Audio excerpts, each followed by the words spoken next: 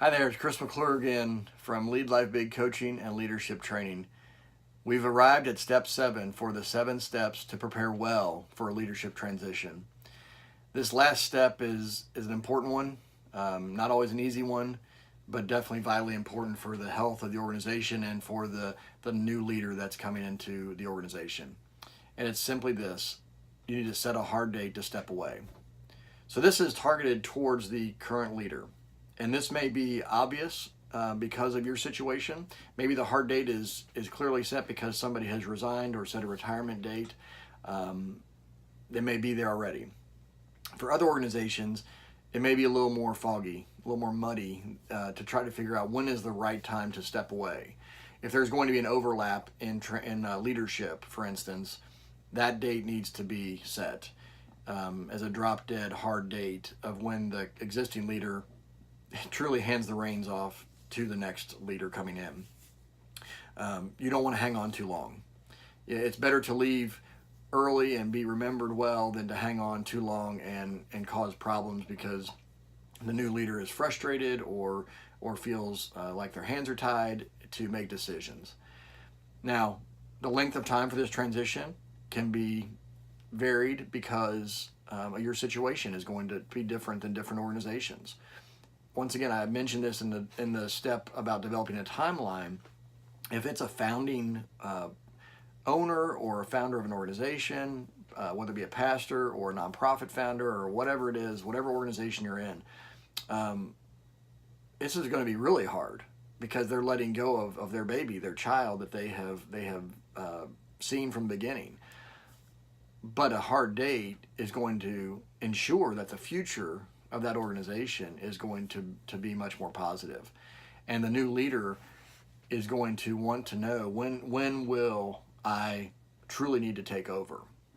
Most people that walk into a situation that there's an overlap are going to understand that there's a reason for that, and it's an important time frame to kind of work together with the existing leader to make sure the handoff is smooth. It's like a baton handoff in a race, relay race. But there also needs to be clarity in this. You don't want this to be an open-ended situation. So set a hard date and work towards that date, because a date also gives us motivation. It drives us. It helps us to be intentional with what we're going to be doing. You can set that date and then you can work backwards and set goals and timelines and targets about what needs to get done before that date arrives. So set the hard date, stick to that date, and watch this new leader be able to truly flourish in their new role for your organization. This has been a great series that I've loved to speak into your life and into your organization about, because once again, as I said at the beginning, this is often a process that I don't see many organizations doing well or doing as intentionally as they could. And so what happens is we end up being more reactive than proactive. And these 7 steps are proactive steps to help your organization have great success long term. So let's recap them very quickly here. One is you need to define the role. Make sure that the new role, even if it's the same title and position, is what it needs to be for this new season. You need to identify the key tasks that you need to have for them.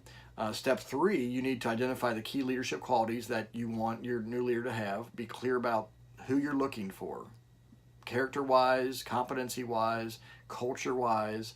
This is a big and very important step. Step number 4 is to develop your timeline. So what does that timeline look like if there's an overlap? What does that timeline look like for the first 3, 6, 9 months to a year for that new leader, so that the organization can carry forward to either be fixed if it's broken or the foundation can be built upon well. Step number 5 was to communicate your plan well. And remember, I said to over communicate, because you can't you can't over communicate. People need to hear things over and over again before it truly sticks, and maybe there's just nuances that they haven't heard unless you said it several times. Step number 6 is to invest in your current team members. Get them ready for the new season that you're about to enter in with a new leader. Build the team so that the new coach walks into the organization and is ready to run. And then finally, set a hard timeline to step away for the current leader, so that there's no lack of clarity there that causes any problems. So these are the 7 steps to prepare well for a leadership transition. There are many facets, there are many nuances to each of these steps, but these are the core things that need to happen so that you can have an intentional transition, that the baton can truly be handed off well, and that your organization can benefit long term. It's been a pleasure to walk through these steps with you, to share these insights with you, and I look forward to connecting you next time in a new series that I'm sure that will be coming out at some point. And you can connect with me at leadlifebig.com. You can find me on social media at Facebook and Twitter and LinkedIn as well. But I look forward to connecting with you, staying connected with you, and helping you become the leader that you can become so that your organization can be great. Take care.